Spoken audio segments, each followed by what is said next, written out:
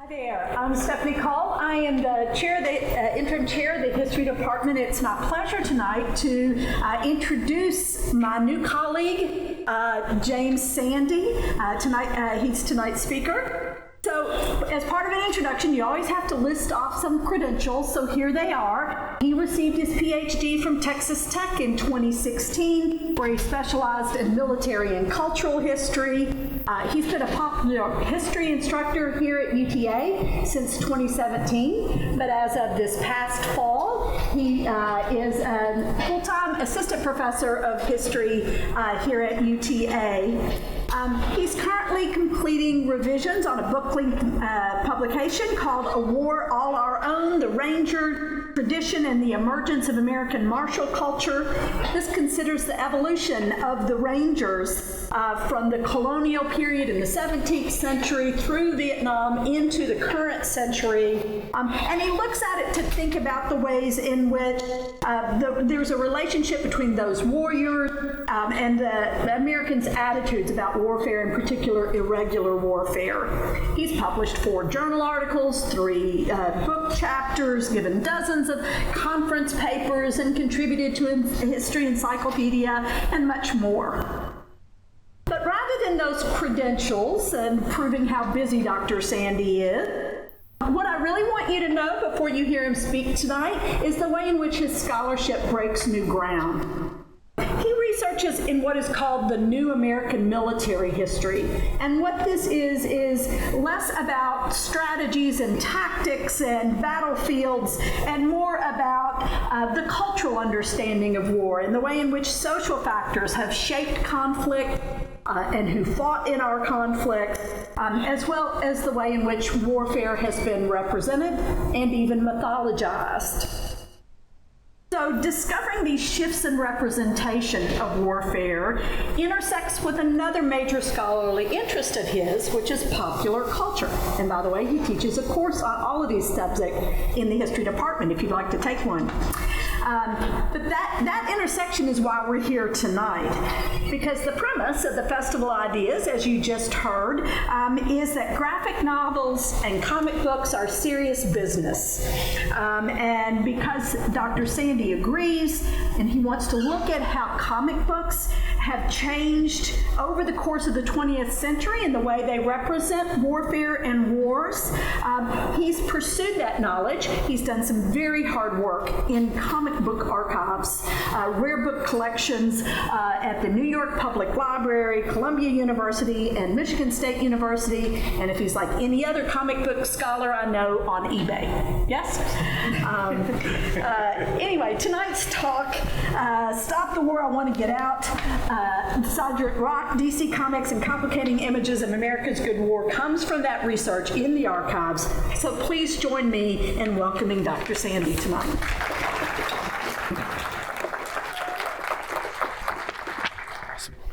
Thank you, Dr. Cole. Thank you, Dr. Dean. Thank you all for being here. I know a few of you, perhaps. Maybe I've seen you before. Just to show off the prize of my eBay archive collection, right? Does it look familiar, right? 55 years old. So, okay, so today, gotta get my notes and everything. Today, I'm really glad to be here. I'm glad to share what started as this side project that is creeping into something I'm spending more time than I should be on, because I should be finishing the first book before I'm working on this book, but it just keeps coming and is just more exciting, right? So this topic specifically came out a call for papers reanalyzing what we call America's Good War, this mythology about the Second World War and how it's been remembered and presented. I'm going to start with where this comes from, right? In his now iconic 1989 book, Wartime, historian Paul Fussell tries to succinctly explain and understand what the Second World War, the war he fought in, really meant. He argues that this idea of what the war is about the rationalizations and euphemisms people needed to deal with an unacceptable actuality of what happened in the war. He goes on to argue that for the past 50 years, the Allied war has been sanitized, romanticized, almost beyond recognition by the sentimental, the loony patriotic, the ignorant and the bloodthirsty. You get an opinion on how he feels his war has been remembered. Paul Fussell commissioned as an officer in the U.S. Army in 1943. He fought in the American liberation of France until he was wounded. While training for the invasion of Japan, he remembered hearing the news about the end of the war and exclaiming aloud, "God bless the A-bomb." He spent the rest of his life as an academic and a social critic. His voice joins a chorus of historians and social commentators trying to reclaim the reality of the Second World War and the experiences Americans brought back. Studs Terkel, I didn't find a good picture of Studs, so he's okay with that. Studs Terkel, one of the greatest American oral historians of his generation, gave this mission a name in his 1985 oral history collection entitled The Good War. America's mythological understanding of the Second World War and the generation of soldiers that fought it has blossomed and evolved over the last 80 years. Peaking in the 90s during the 50th anniversary, celebrating the war's end with landmark cultural moments like Saving Private Ryan and Band of Brothers. American public memory has constructed a simple mythological understanding that when tyranny and oppression reared its ugly head in the 1940s, an ideologically motivated generation of young American men answered the call and charged off to victory on the islands of the Pacific and the plains of Western Europe. Mythologized by politicians and popular culture into a simple and clean battle of good versus evil, the Second World War was labeled the Good War and defined the rest of the 20th century, America's self-image, and its role on the global stage. Now, many of you should remember this because in reality, the Second World War was very different at how it's been remembered.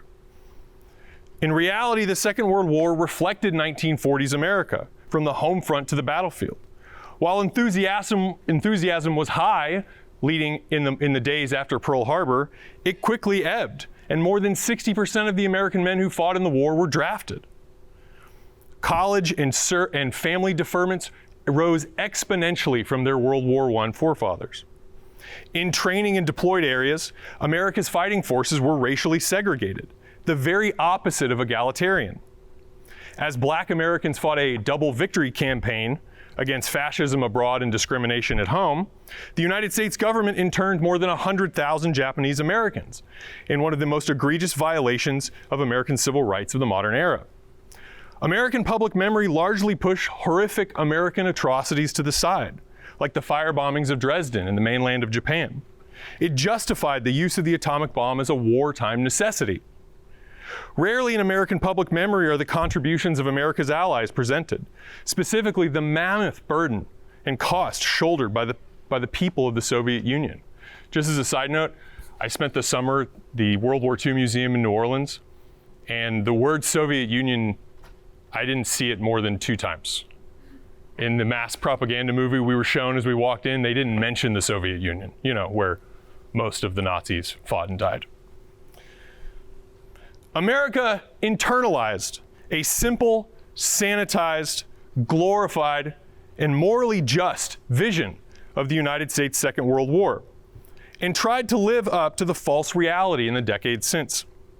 This unrealistic understanding of World War II led to impractical comparisons in America's frustrating sequels in Korea, Vietnam, and eventually Iraq and Afghanistan. This mythic past has been equally impossible to live up to or forget. According to Elizabeth Samet, quote, "Every American exercise of military force since World War II, at least in the eyes of its architects, has inherited that war's moral justification and been understood as its offspring, motivated by its memory, prosecuted by its shadow, and inevitably measured against it."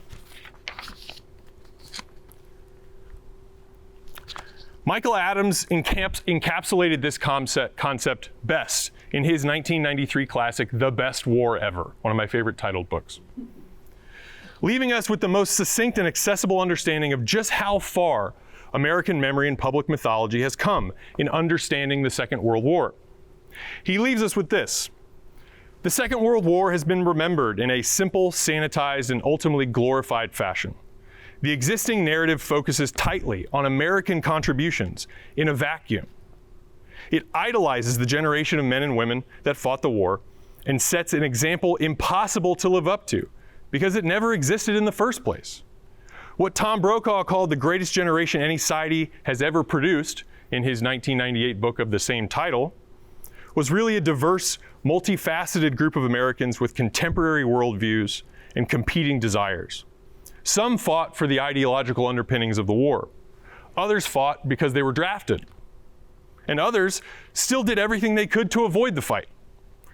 Many fought just to survive so they could go home and get on with their lives. And many came back scarred and hollow versions of their former selves. It's a nostalgic understanding and remembering, and that was created in a fearful Cold War environment that rewrote American history. And mass media played a large role in cementing that simplified image. Okay, now to the fun stuff, right? The comics, right? As the United States entered the Second World War, on the brink of entry even before in the 1940s, comic books were some of the first American media to confront and present the conflict to Americans at large. While the comic industry exhibited widespread popularity as a reflection of the basest American sentiments and culture, the industry as a whole used representations of the war to better their image in the eyes of many concerned parents. Superman and dozens of other burgeoning heroes raced off to the battlefields of Europe to fight the Nazis, well before American combat troops even started training. Captain America comics, number one, it's a strong start, right? Hitler in the face right from the beginning. Published in March of 1941, months before Pearl Harbor, introduced young Americans to a muscled Steve Rogers, the genetically enhanced super soldier, clad in red, white, and blue, literally punching Adolf Hitler in the face. In addition to sending the superheroes to war, comic book publishers regularly sent the regular guys to fight and die on their pages.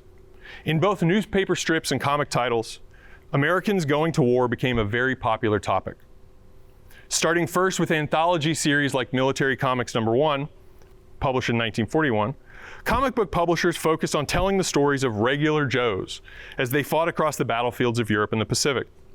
Reoccurring characters like Blue Tracer, the Death Patrol, Private Dogtag, and Gunner and Sarge fought America's bad guys in fantastic fashion, many earning their own series.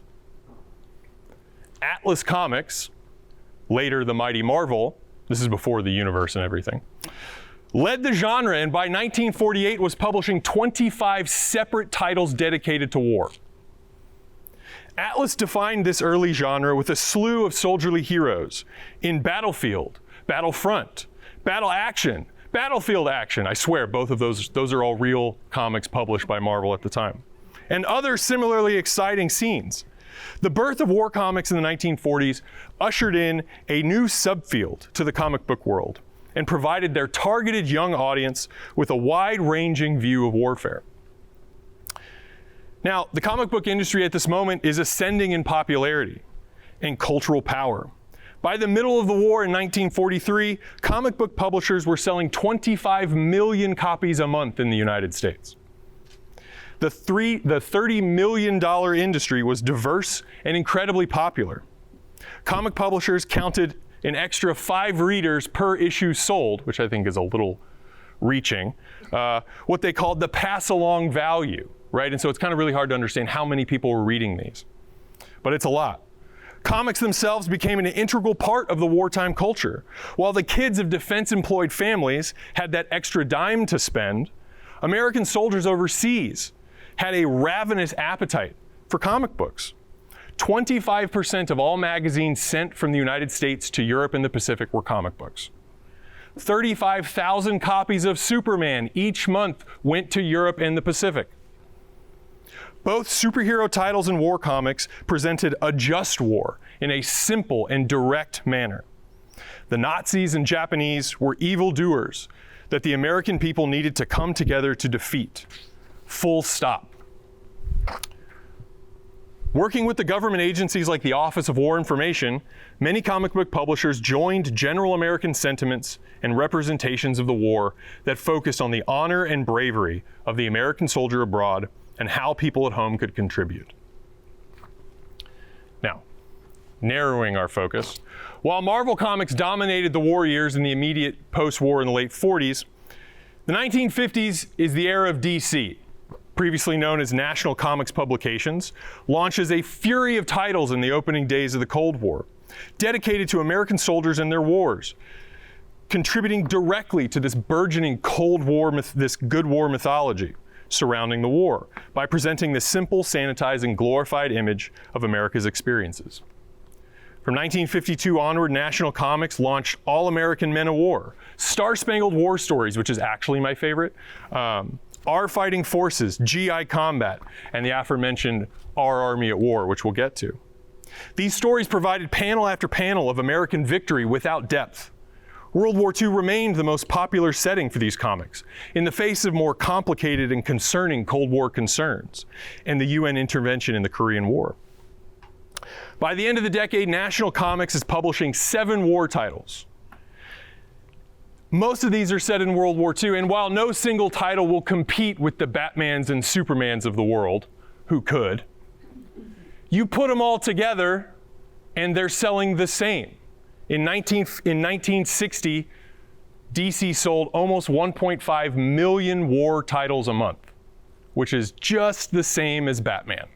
So, you know, we're not competing with Batman, but we're in the same neighborhood. It's a big deal. Now, on to Our Army at War. Launched in August 1952, a slew of similar stories and painfully repetitive formulaics. Each issue contained 3 or 4 explosive tales of combat. This issue's 4 stories, really great example of how this thing gets started, all take place in World War II. This is 1952, it's the middle of the Korean War, but it's all about World War II. It offers a familiar feel to the comics of its era. Now, this is a very professional, serious term. There are 2 what I call silly stories here that are outlandish and so far removed from reality, it feels like it's based for little kids, right? In 2 of the stories, well, let's start. In one of the stories, a pair of vaudeville gymnasts find themselves in France fighting the Nazis, and they use their famed tumbling act because their guns are lost, and they defeat the Nazis without firing a shot. In the next story, this well-meaning rural individual from Kentucky doesn't like the feel of boots on his feet, and so he takes them off. And halfway through the story, his lieutenant believes that this man has magical feet and can walk through minefields and lead them to victory. And at the end, the young man admits that he has no idea what he's doing. But yet again, America emerges victorious. The third story is a little more serious. It's about the Seabees, right? This naval construction unit that built airfields across the Pacific. It's very much pro-America, very much kind of heaping praise on those that hadn't been praised as much as maybe they should. And then the fourth one, which is kind of the outlier of this entire endeavor. It's called Dig Your Foxhole Deep, and it follows 2 Marines on a Pacific island as they fight off wave after wave of insidious, faceless Japanese invaders yelling at them from the dark. At the end of the comic, the sun rises and both Marines are dead. It is objectively one of 3 comics out of 422 issues, which I've read and cataloged all of them, where America loses. One of 3 in several thousand stories. And it's the first one. Now, the single most popular and repeated narrative in Our Army at War at the beginning is about young men proving themselves. From younger brothers and eager sons to rear echelon soldiers and mailmen.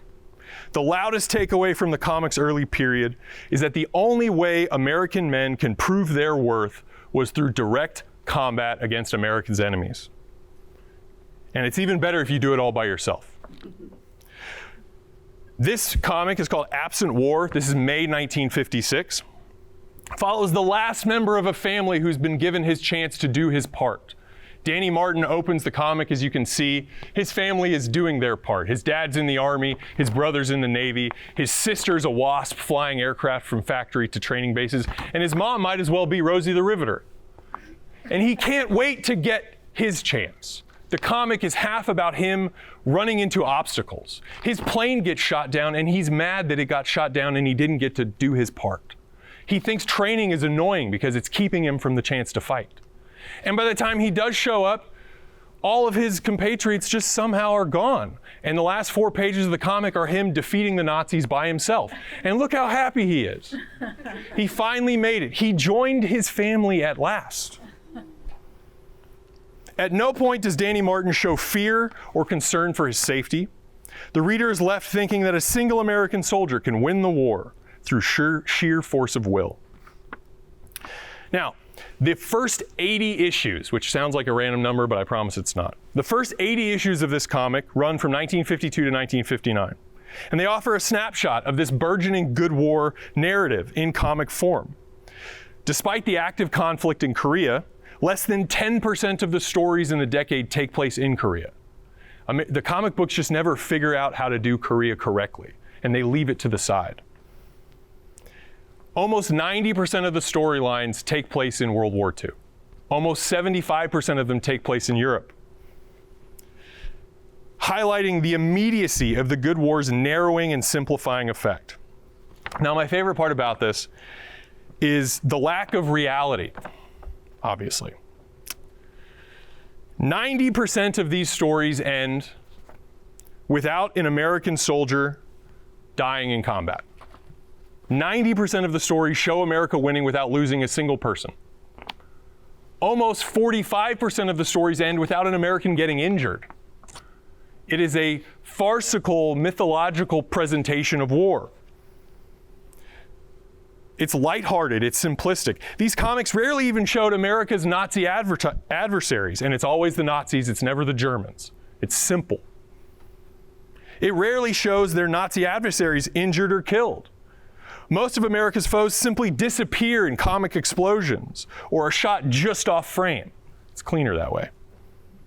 There is little context provided, and only 3 storylines include anybody else besides America. And in one of them, apparently American soldiers were in Greece in 1940 helping the British escape, which did not happen. My favorite part about that storyline is not only is it ahistorical Americans helping the British help the Greeks, but it's a massive homage to Leonidas and the Spartans, and it's basically a recreation of the Battle of Thermopylae. But anyway. By the end of the 1950s, Our Army at War was one of many comics in young America's hands presenting a simple, enthusiastic, and altogether unrealistic image of America's Second World War. Now, for the man himself, most comic book heroes have a great, memorable origin story. Some are orphaned in dark alleys, while others are bitten by radioactive spiders. In the most fantastic instances, these heroes are molded by the Greek gods themselves, or come careening to Earth from distant planets. Sergeant Frank Rock's origins are less singular and much less satisfying, but they're telling of where this good sergeant will take us. Sergeant Rock is born twice in 1959, in GI Combat number 68, which comes out in January, and then again in Our Army at War in 81. These stories don't mix, they don't match, they're completely separate. The comic should have picked one and moved on. In one, he's a cartoon. He is bulgingly muscular, carrying weapons that should take more than one person. He's punching Nazis in the face, sending them flying. There is no humanity to the Sergeant Rock born in Our Army at War. But this guy, The Rock, is a prize fighter whose sole job in the boxing world is to be a test for the contenders. He can't win the fight, but you never can knock him down. He has this determination, this will to push through to the end. And in this story, he's knocked down and the Americans should lose, but because he refuses to give up, he gets up in this barrage of Nazi fire and leads his men to victory. He's vulnerable. He is flawed. He's real. Then a couple months later, this ding-dong shows up and we forget about him. Oh, sorry. This origin perfectly encapsulates this title and its new leading man. On one hand, Sergeant Rock is going to evolve over time. He's going to present a more thought-provoking and honest look at warfare, its costs, and its societal reflections.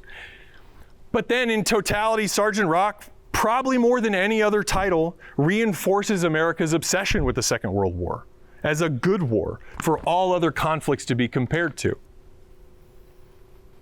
Our Army at War most directly contributed to a mythologized view of American soldiers on the ground. With the arrival of Sergeant Rock and the tonal shift opened new avenues for the comic's commentary.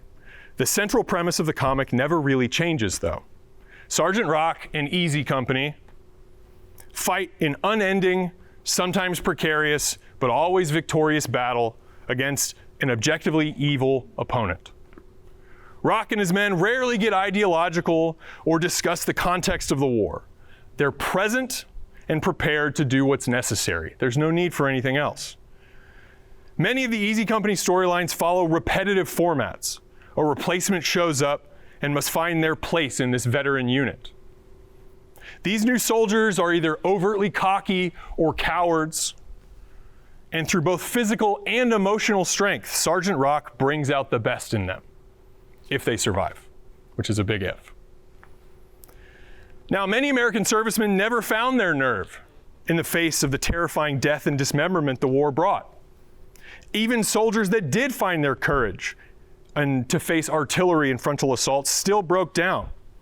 If a unit experienced, on average, 28 days in a row of combat, almost 90% of that unit broke down in some form or fashion, psychologically, emotionally. Many Americans develop post-traumatic stress and moral injury from their time on the front lines. But these conditions and consequences are rarely associated with the generation that fought World War II, and they're never discussed in comics like Our Army at War. Combat convictions, like that achieved by many initially scared men in Sergeant Rock tales, it's a generous assumption and manipulation of the reality. S.L.A. Marshall wrote a book called Men Against Fire, and while it's problematic, we can't shake the claim that only 25% of American men in combat ever fired their weapons at the enemy in World War II. That never happens to Sergeant Rock. They never give up. Over the course of its run, Our Army at War complicated its presentation of American servicemen, the military overall, and their wartime experiences from the relatively safe and confined arena of World War II. Robert Kanigher and Joe Kubert, basically the masterminds behind Sergeant Rock, both will serve as editors at DC. They wanted their characters to be realistic, and we see their voice show up, especially as we get into the 1960s and 70s, as they start answering aggressively complaining fan letters. And they put the most negative letter first, always, so they could answer what their fans or critics were asking of them. Kanigher believed that he wanted to write about real men. They were real, and, quote, they'd bleed if shot. Compared to the superheroes, he believed that a man who throws himself on a live grenade is more of a superhero than anything Superman ever did. Joe Kubert, who served in the Army after the Second World War, echoed these sentiments. He never wanted to glorify war. Instead, according to him, quote, crafting stories about people who are in war. Both these men, the comic was about real people under the intense duress of combat and everything else war brought upon them. As America entered Vietnam, a much more complicating conflict, Kubert and Kanigher pushed Sergeant Rock to say something real. The two loudest of these messages focused on American racial dynamics and a growing critique of American war in general. November 1965, Our Army at War number 160 comes out. This is not our introduction to Jackie Johnson, the sole black member of Easy, but it's the first real interaction to him. It's the first story that he talks and is actually part of what's going on. Jackie Johnson is a former heavyweight boxing champ.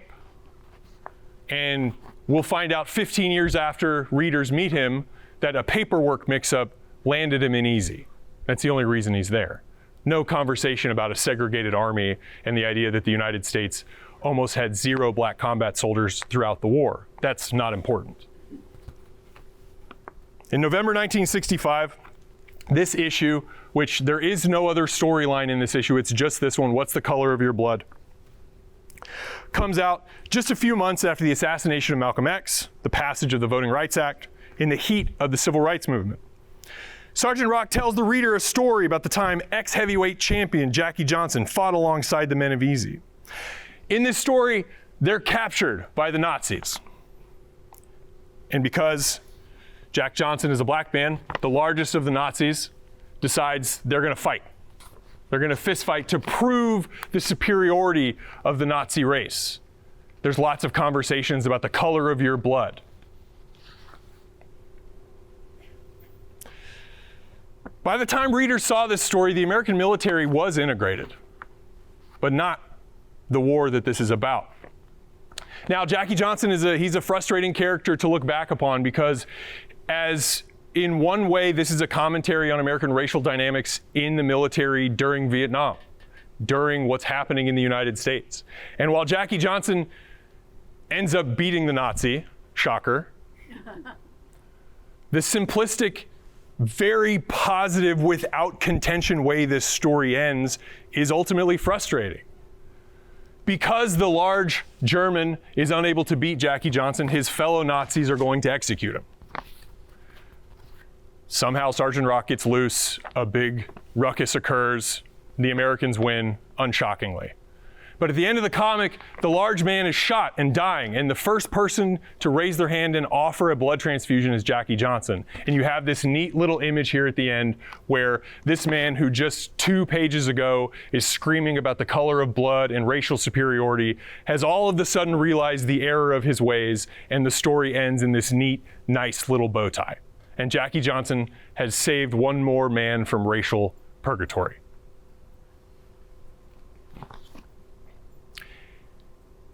Jackie Johnson is never mad in these stories. He's quiet, he's reserved. He lets his actions do the talking. Just a few months later, or 2 years later, we get the first direct assault on American racism in American comics. Well, in this comic, in a story called, A Penny for Jackie Johnson, where Easy gets a racist replacement.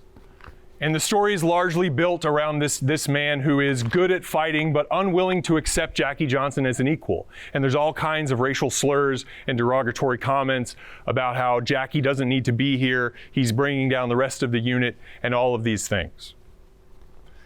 In the story, Sergeant Rock and the rest of the men of Easy stand up for Jackie, going so far as to start a fist fight. But Jackie steps in and says, that's fine, he can think what he wants. I'll prove to him who I am through my actions. And you guess what happens? Halfway through, Jackie Johnson and the racist man get separated. He gets shot. Jackie Johnson carries him back to safety, saves his life. And we have, again, this neat, tidy little ending where Easy Company and Sergeant Rock have solved racism again.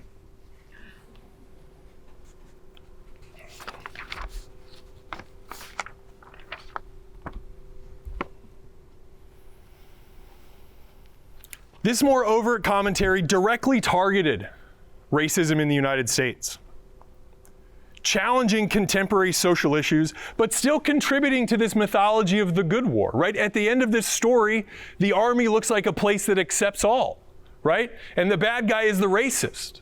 And Sergeant Rock's the good guy, and he's in charge, and his buddies, they're all good guys. The World War II Army was neither integrated or accepting of black soldiers. And while this will come full circle, probably a little too late, this storyline comes out in 1985 in a 2-parter called Angels with Black Wings, which among many of the kind of war comics I've looked at and kind of analyzed, this is so well done, right? It's a 2-part story about the Tuskegee Airmen that follows Captain A.J. Dennis from his recruitment training. It shows the discrimination he faces in the United States once he's in the war, despite the Tuskegee Airmen's kind of marvelous record in combat. And it's rooted in the context of the 60s, right? The comic opens and closes with Dennis at the 1963 March on Washington, facing a police officer standing in his way who was a lieutenant that he came up against in his time during the war. Now, unfortunately, and not to give away the ending of the story, but by the 1980s, Sergeant Rock is not popular. This issue sold less than 40,000 copies in the United States, a far cry from where it was in the middle of the 60s. But in this kind of evolution, the comic is commenting and showing and trying to right the record that it itself, maybe on purpose, maybe not, contributed to. This story comes out in 1985 and dovetails with renewed efforts to remember the Tuskegee Airmen, including this, the first permanent memorial erected to the group, which still stands on the grounds of the United States Air Force Academy. Now, to get to the title of the talk and why we're all here, right? Because I know this grabbed you, right? My favorite issue of Sergeant Rock comes out in August 1968. Stop the war, I want to get out. He's had enough. This story revolves around a vulnerable, emotional, broken Sergeant Rock. Now, if you haven't got a chance, you should take my class on the Vietnam War where we can talk about Vietnam and what's happening in August of 1968 as everything is coming crashing down for the United States. This is the most directly anti-war comic in the entire run. On the opening pages, Sergeant Rock, like he has many times before, is leading 4 new recruits, 4 new replacements who don't know what to do. All hell breaks loose, and he believes they've died. 4 more young men to the pile. By the end of the series, Sergeant Rock will admit that he buries more than 300 replacements in his time in the war, without context. And it's this moment where he breaks down and he says, I can't do it, I quit, I give up. Is America's greatest war hero really going to quit? Maybe. It looks pretty bad. He's only flesh and blood.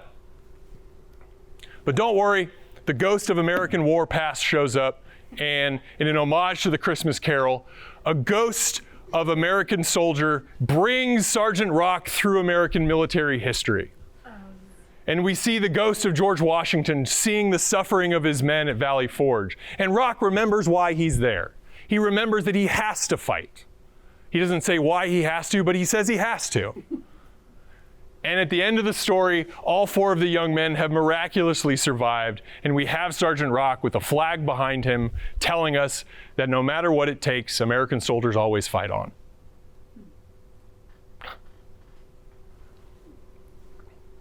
There are several other stories like this, but I'm going to kind of skip forward here. Throughout the 1960s and 70s, this badge showed up at the bottom of every war story printed in DC Comics. Make war no more.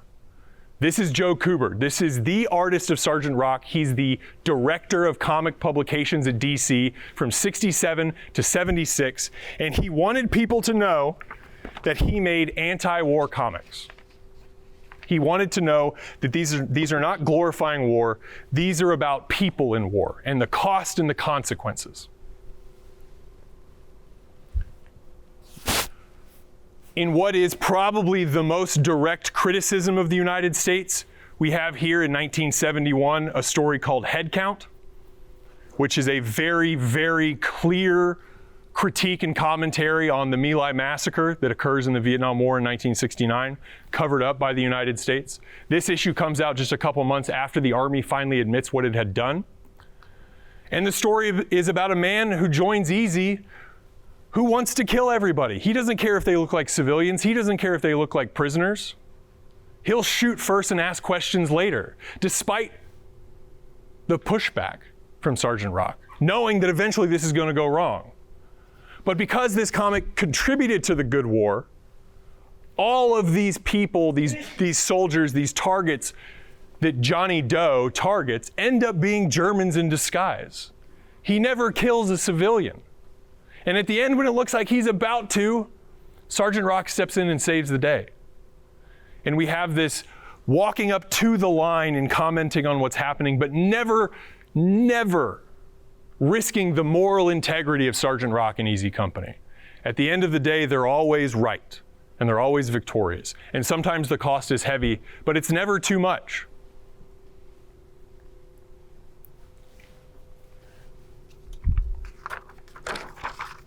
Sorry, hold on.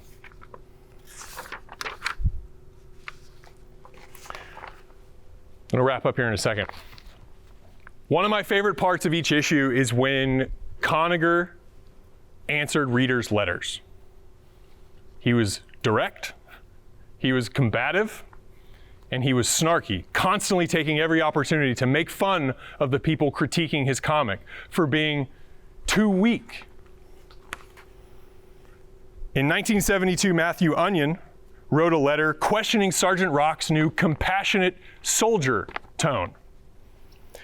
And the men, the practicing pacifists of the first degree.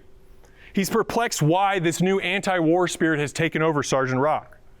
He probes the creators to focus on the reality of the conflict. Conager says, a man acts and reacts as an individual under any given circumstances in war. We're simply being realistic. Thanks for the letter. But what I have here, I think, is probably the coolest letter I found. This is from Vietnam. This is written by the 2nd Battalion, 26 Marines, 9th Marine Active Battalion, Hotel Battalion, 60 millimeter mortars. Sergeant Rock is their rock. He is the sergeant that they want. He is their example. In a previous letter, a soldier writes, asking Conager and Kubert for Sergeant Rock to write to the fans, to write to America, claiming it would go a long way to make up for all those peaceniks we hear about. We're just doing our job. These young men in the thick of war in South Vietnam look to Sergeant Rock as this image of what they wanted their army to be. At the same time that Kubert and Conager are writing what they called anti-war comics, right? It is this conflicting, competing image that is building up this image of what World War II was while constantly and simultaneously commenting on America in real time. Now, comic books as a genre, when they come to war, become very unpopular. And Sergeant Rock will end up closing shop in 1988 because it's unpopular and it's not selling as much as it was. And this is the part that I probably don't think I'll ever have a good answer to, because it's really hard to determine how many of these things were read and why they become less popular at certain moments. Is this because Sergeant Rock is showing a more realistic, critical image of war? Is this because American comic books readers by the 80s are an entirely new generation of Americans who don't care about World War II as much as they used to? Is this about superheroes, right? There's lots of different things here, but what we do know is that by the mid-80s, the late 80s, as the Cold War is coming to an end, Americans aren't buying war comics anymore. And Sergeant Rock goes away in 1988. Just a year after this picture is taken, which maybe this is going to play a little old to my audience, but this is on the set of the movie Predator. This is Jesse Ventura and Shane Black reading issues of Sergeant Rock. Now, I'm still trying to figure out the reality of this, but supposedly this was supposed to be an Easter egg for the Sergeant Rock movie that was going to star Arnold Schwarzenegger. That was never made. But there's something about what a soldier is and how a soldier is supposed to react. And of all the war comic heroes and titles that float around there, Sergeant Rock shows up at the top. He's the last war comic title that DC cancels till 1988. And I'll leave you with this. Probably the best story about Sergeant Rock is how he dies.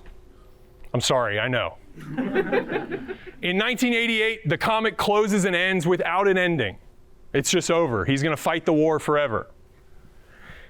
And in 2010, as DC is recycling material and trying to kind of wrap up some loose ends, this story shows up in DC Universe Legacies number 4, where all of the DC war characters meet at a bar in 1976 to celebrate America, except Sergeant Rock.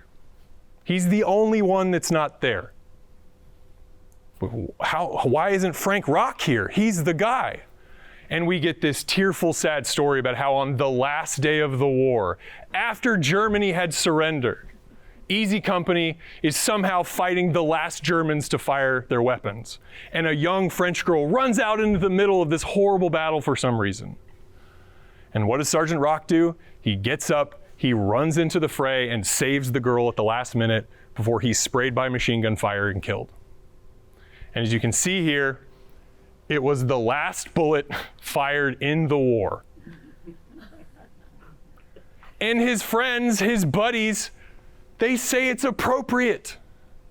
What does this tell us? What are we supposed to take away from the fact that the ultimate war comic hero isn't allowed to exist outside of war?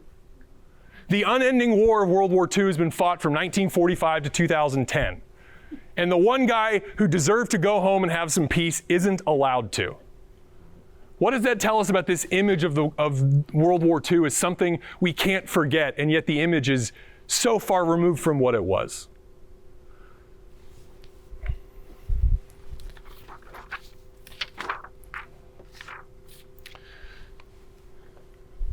I don't know where Sergeant Rock's going,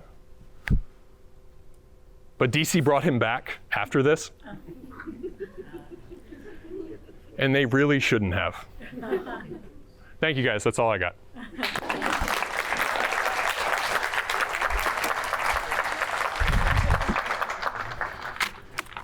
I talked a little long, but if anybody has any questions, I'd love to answer them. I'm just curious if you think this. I've always thought that the simplistic reason to glorify World War II was that we were actually attacked on our land. Yeah. So, I mean, it's very simple to just say we were defending our country, whereas all the wars after that were much more complicated. And we had more information about them. Yeah, it's interesting, right? Because it's like 20% of the stories are about Japan. 70% are about Germany, and Germany didn't attack the United States. It's always the Nazis. It's always the Nazis. And in the end, there's like a weird version of the clean Wehrmacht myth shows up, and Sergeant Rock starts talking about the good German soldier versus the SS soldier, and there's this honorable understanding of war. So for anyone who wants to stick around for the Q&A, that's cool. If you've got places to go, that's cool too. If you've got a question, just go ahead and holler it out, and maybe Professor Sandy can project loudly so everyone can hear the question. I'll try my best. And if you didn't sign in and you're in my class for extra credit, make sure you do that. What's your least favorite Sergeant Rock comic? My least favorite? That's a long list of bad storylines.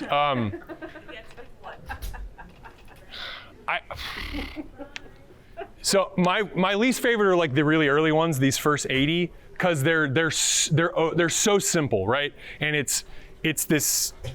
So this one that pops to mind is about a mailman, right? He's in the Army, he's a mailman, he's doing a very important job, and everybody makes fun of him. He's like, you're not a man, he doesn't think he's a man, you're not worthy.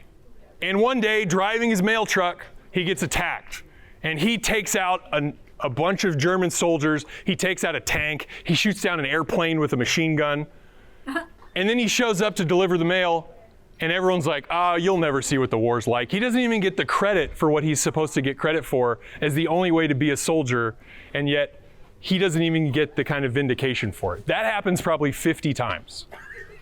And it's always a mailman or a mechanic or a messenger. It's this very convoluted understanding of what soldiers should be and do. So what got you all into this? Marvel had a comic called The Nam that came out in the 1980s, which is this really interesting comic take on Vietnam, where it follows one soldier 1 month at a time for 12 months and then they go home, which is obviously very similar to what happened in the war. And I just kind of stumbled into that, right? Because Sergeant Rock comments on Vietnam all the time, he never goes there, and yet he does talk about it without talking about it. So that's kind of where it started. How can he talk about Vietnam if he's in World War II? Well, he's not talking about it, but he's talking about murdering civilians when America's talking about it. He's talking about, racial integration and things like that. So. I think that the Jackie Johnson character is kind of molded after Jackie Robinson and how he dealt with the racial issues I think he's a mix of Jackie Robinson and Joe Louis, I think, because he's kind of, but he's Jackie Robinson in character, I think, but he's this boxer. And there's all these comments about like, Jackie can't fight back because his weapons are murder weapons, right? He'll go to jail for murder if he fights someone because he's a boxer. They use that like so many times, which is outrageous. Great presentation. Quick question about just war comics in general, based on what you've seen. Is there like a lot of gun fetishism? I mean, I've seen that in other comics that were not war comics, and I'm just curious about, tanks and guns. Yeah. And I mean, how is that represented? So there's probably 1 or 2 stories a year from the perspective of their guns. What? Where it's the BAR rifle talking about, I can't wait for the combat hungry Joes of Easy Company to do their job. Or from the viewpoint perspective of a tank or an airplane, they humanize and anthropomorphize all these weapons of war. And I can't remember the number off the top of my head, but I mean, it's thousands of stories where Easy Company fights in Europe. They invade Normandy like 70 times, right? And so I think part of it is kind of reaching to kind of find new ways to do it, but also, I think it's 1965, they changed the reader kind of input. Prior to that, it was called Combat Corner, and every question was about a gun or a bomb or a submarine or how do anti-personnel mines work. And then the most common was how do you escape a sinking submarine? And Conager gets annoyed answering it because he's like, you can't see these 40 other times I've answered it. And so there is this like obsession with military technology and weapons kind of hard baked into the genre from the beginning. So when you're reading through all these comics, do you ever wonder how you get from Willie and Joe to this pacification of the war? Like that disconnect, what do you think about that fundamental disconnect between Willie and Joe and like stuff like this? It happens really gradually, right? So disclaimer, there's a lot of war comics, right? I've deep dived Our Army at War, Sergeant Rock, just the one, right? And I don't have time to talk about it in this, but I thought you were gonna ask me about this, Chris.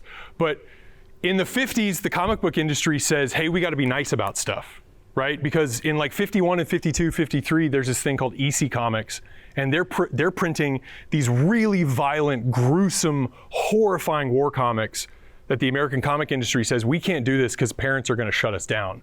And they kill it themselves. And so you have this kind of hard reset on cartoony, literally gymnasts. They literally they hold onto each other and they roll around in a human barrel into a group of Nazis like bowling pins.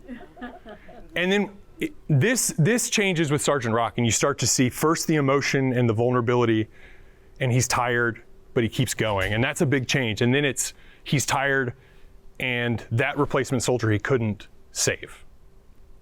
He didn't even know his name before he died, which is, Paul Fussell called them unread books on a shelf. This idea of replacement soldiers showing up to American units and dying before anybody knew their name. And so it talks about this very real phenomenon, but nobody's name ever dies, right? Ever.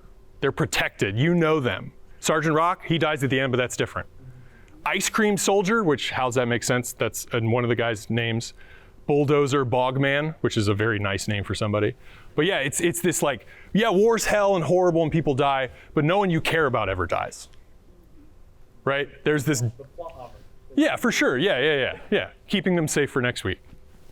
Do you, in your opinion, do you think there are any parallels that you see to comics like this in TV shows or movies, recent TV shows or movies, or do you think this wartime genre is only appropriate whenever there's Well, no. So this fits largely into kind of the good war is propped up in movies and literature and kind of this surge of memoirs and this kind of simplifying memory of what the war is, right?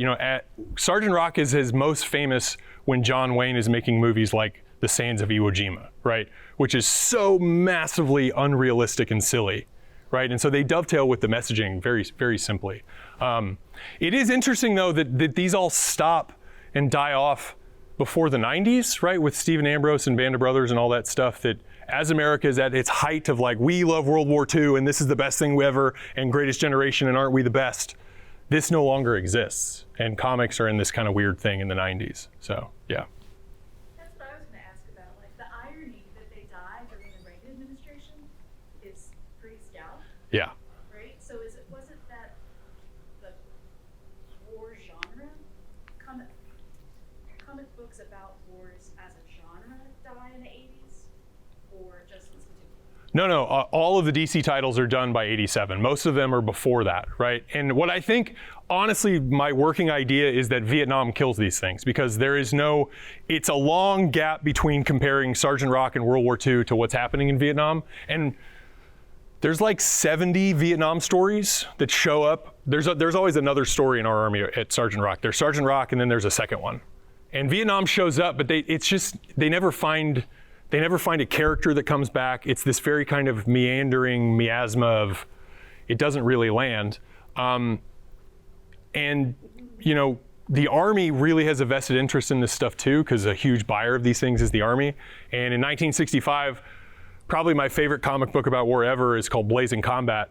And it comes out in 1965. It's still really, really, really good at highlighting just how awful Vietnam was. And it's so realistic and awful that the Army kills it. The Army says, we will never buy this, and all the distributors are like, cool, we're not gonna buy it either. And so I think it's Vietnam. I haven't really fleshed out how exactly all the ways, but there is this inability to kind of reconcile the two things, right? Because, I mean, you're right. I mean, Reagan in the 80s and World War II mythology and kind of, again, this idea is surging, entering into the 90s, and that no one is buying these things. It's crazy. Pop culture support for the defense establishment and putting actual tax dollars. Yeah. Well, and I think it's a generational thing too, right? Because we think about kids and young people buying comics, but so many of the people who write in are, I was in World War II, I love Sergeant Rock, please keep doing this. And then by the 80s, you've got this kind of other generation of people, seeking whatever they're seeking in comic books. And I think also comics kind of really diversify and are starting to do different things. And so I think it's also kind of more out there to kind of grab the attention maybe. I don't know. I'm still working on that. Could part of it be like the disenfranchisement that people are having with the establishment and the government that happened at the end of the 70s and going even into Reagan's administration, the distrust of information? Yeah. Well, in DC tries to go hardcore social commentary. In '77, they launch a comic called Men at War, it's the first one that stars a black man, and he's fighting in this ultra racist segregationist army. In the first issue, he kicks the door down to the Pentagon and demands to be a special commando to fight Hitler by himself. And the Army's like, that'll get him off our tail. And it's so unpopular that it lasts 12 issues and DC kills it. But he is at the reunion in 1976, and Frank Rock is not. Have you looked into, I guess, the differences in the way the war is portrayed in war comics versus superhero comics? Piecemeal. Right. I had to knock out these 422 issues first. I've done a lot of kind of spot looking into the presentations of Vietnam in comic books, especially superhero comics, right? Iron Man's born in Vietnam. Iron Man fights the Cambodia Kent State massacre in comic book form, which I think is really interesting. Thor goes to Vietnam. It's exceedingly silly, as you would imagine. Answer to your question, the worst Sergeant Rock issue is when the Viking prince shows up and has to be returned to Valhalla through honor. That's the worst one. But yeah, so it shows up all the time. The Iron Man one is really interesting, right? Because if you've seen the movie, it's the same story, but it takes place in South Vietnam. It's about weapons. It's about in the defense, the military-industrial complex and all those things. So I'm working on that. It's next. Well, I got to figure that out. It's issue number 1. It's our Army at War issue number 1. I almost put up some scans of it, but I decided I had too many. A super violent comic that you mentioned, could that ever come close to portraying like the immoral reality of World War II? Oh yeah, for sure. I mean, so EC Comics, it's called Frontline Combat and then Two-Fisted Tales. And you have stories where American soldiers are fighting and killing each other. right? And you have the kind of like racializing of Japanese soldiers and the taking of trophies and kind of all the normal horribleness, the reality of war is in those comics. So, yeah. And then EC isn't allowed to do that anymore and be acceptable. So many questions.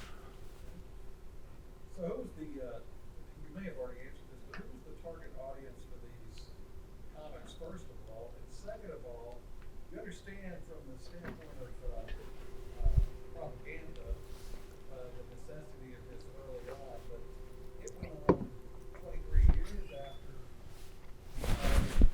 Hmm? So who was the target audience and what was its purpose? What was the series purpose? So initially you get the idea that comics are presented to kids, but from reading the letters, it's almost all like 20-year-old men writing in, right? And many of them have been reading it since the 50s. And so I think a huge portion of kind of the late audience keeps reading it because they've been reading it for so long, right? Which is why I think part of why the audience dwindles so far. I mean, it is a cataclysmic collapse, right, of sales. And the data on this is really hard this is not in an archive anywhere. The only place this is recorded is DC sent out, so you have to find an issue of the comic with the attached postcard in it that said how many issues they sold 2 months ago. And there are some really ambitious online archives collecting these things, but it's slow work. So, yeah. The death of Sergeant Rock in 2010. Yeah.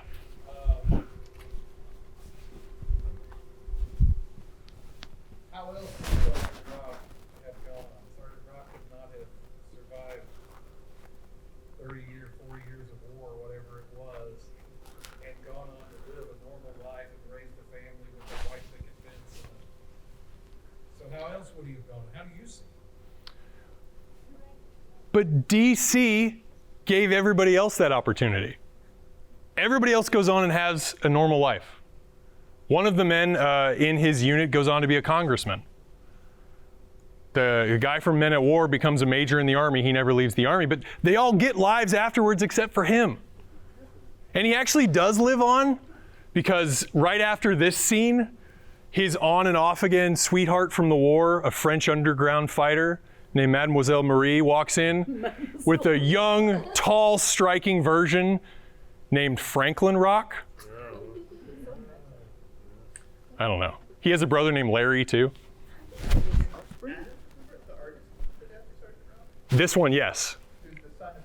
Yeah, there's 3 Kuberts involved in the last one, right? Although Conager didn't write it, which isn't because he was dead, but he didn't get a chance to end it, which you get the sense that he never wanted it to end because it's this kind of, it doesn't exist in reality, right? It's this like constant, there's never any, sometimes they say where they are, they never say what year it is, right? And it's just this another day in easy company fighting the Nazis, right? Even when they get, my favorite part too, this happens all the time, they're always taking baths together in rivers in their underwear, and they're always attacked. And they always get to fight off the Nazis with their Thompson submachine guns in their underwear. That happens probably 20 times. Rodrigo. So in general, how big of an impact do you think these comics had to like, because I assume there's probably like 10 people, there's probably like people who were like 10, like preteens reading this stuff during the war as they would eventually serve in Vietnam. Like how big of an impact do you think stuff like this had to like that, shattering their dreams like that? Well, so it's part of a much broader remembering of war, right? Right? This is one part of many things. That, I don't know how we'd ever answer that, right? But this is, I picked this one because it's the most popular and it runs the longest, and it represents much of what DC is presenting in its other comics, right? It's just, this is the face of it, right? There is no other character that has many appearances as Sergeant Rock. There's a couple, right? Gunner and Sarge are around for a while, but it's never like, comic book readers never get to know someone like they get to know Sergeant Rock. Right. That wasn't a great answer, but that's what I got. So you mentioned that you have a theory that Vietnam was kind of what led to the downfall of, Army and patriotic comics. Do you think that may also be a route into like current comics today, where we see a crave more for anti-heroes and sort of that grittiness that we see like with The Boys or Venom, who was a villain, but nowadays is considered an anti-hero in Marvel comics. Yeah, so I mean, I think that, you know, there's this kind of grand narrative in kind of what people want in their comic book heroes, right? And Sergeant Rock he's endearing, right? He's vulnerable, which I think is new, but I think that wears off, right? I think heroes like him get boring. I think if you look at kind of what happens to, I'm not a superhero historian, right, of comic books. I'm speaking very kind of tangentially with what I have here, but you know, they have to keep it fresh because comic books they're almost dying all the time, right? From the Golden Age to the Silver Age to the Bronze Age to the New Gold Age or whatever it's called now, I don't even know. But there's this constant need to reinvent the wheel as things like movies and TV and video games and all these other things offer this kind of much more diverse entertainment space to show these stories, right? And while I'm obsessed with comic books and the idea of kind of the words and the panels and the images kind of creating that space for you, but allowing you to kind of see in between, right? That becomes, I think, less inviting to a generation that didn't grow up with them or has all these other things, I guess. I don't know. It frustrates me to no end. Dr. Sandy, you mentioned that the Allies are only portrayed 3 times. Well, in the first 80 issues. Yeah. Okay. The Russians never show up. Kind of second part of my question and answered then, but how are the Allies actually portrayed? It's almost always the French underground, and like half the time it's a group called Unit 3, which are elementary school children. Who Sergeant Rock befriends in this kind of wartime daycare that they fight the Nazis and they always win. My favorite example is it's in the middle of the 60s. There's an issue where Sergeant Rock shows up at Dunkirk and holds off the Nazis so the British can escape. The entire next issue, there's 2 pages dedicated to them apologizing for it being so wrong. But it's just not part of it, right? It's just like never mentioned, right? You see the British sometimes, but it's always French civilians almost entirely. So, yeah. Kenya? So, related to right, Vietnam, obviously, very into the fight in war comics overall. Do you think that the reason so much of the post-war war comic genre avoids the Pacific theater is because of Hiroshima and Nagasaki, and then not being able to like find a comfortable balance of, or not being comfortable portraying Japanese as sort of I think it's part that, but I mean, to go to John Dower, I think, you know, the cultural understanding of Japan shifts so fast by 50, right? The Japanese are America's friends by 1950 in the Cold War, and they're a democracy, and they're capitalists, and they're doing what they should be doing, and the Nazis are always bad, right? The Nazis are easy, it's simple, they're always bad. And they're not Germans until like 1984, and then there's this very clear distinction on, Sergeant Rock respects the German soldier, and he hates the SS soldier. There's one storyline where a German soldier kills the SS soldier, and then Sergeant Rock and him shake hands, go to their opposite sides of the battlefield, and then fight. What year was that? 1988. It's actually the last issue of the comic. Spitting distance from the fall of the Oh, right. Yeah, and it's this, it is this like the Germans are our friends, the Nazis were bad, right? There's this kind of, that creeps in near the end too, like several times. But yeah. It's like I keep thinking of the Groundhog Day for Sergeant Rock. Yeah, I mean, he has to fight for how many years? 30, almost 28, I guess, yeah. He's lost in some alternate universe where it just never ends. It's the worst day of his life every day. But he wins, so he has to keep going. And he's shot like every issue too. He's always hurt and he's always back. He's 50% led at this point. Yeah, right. I'm struck by the fact that, you know, a lot of contemporary popular culture just keeps changing the war for the characters. Yeah. Right? So there might be somebody who in the novels, I'm reading Michael Connelly now, in the novels it's Vietnam, but in the primetime video it's Iraq. He was in Iraq, right? They have to keep making it timely, but there's something to this war. Something about it. They don't ever change the war. It's easy, or yeah. the combatants or anything about it. There's one where they compare. It can't be replaced because it's the only war. It's the only one. It's the easiest one. And there's one where they compare him and a group in Afghanistan.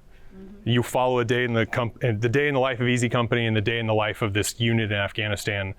And in World War II? In the World War II storyline, it's two storylines like back and forth. And in World War II, they're remembering Pearl Harbor, and in Afghanistan, they're remembering 9/11.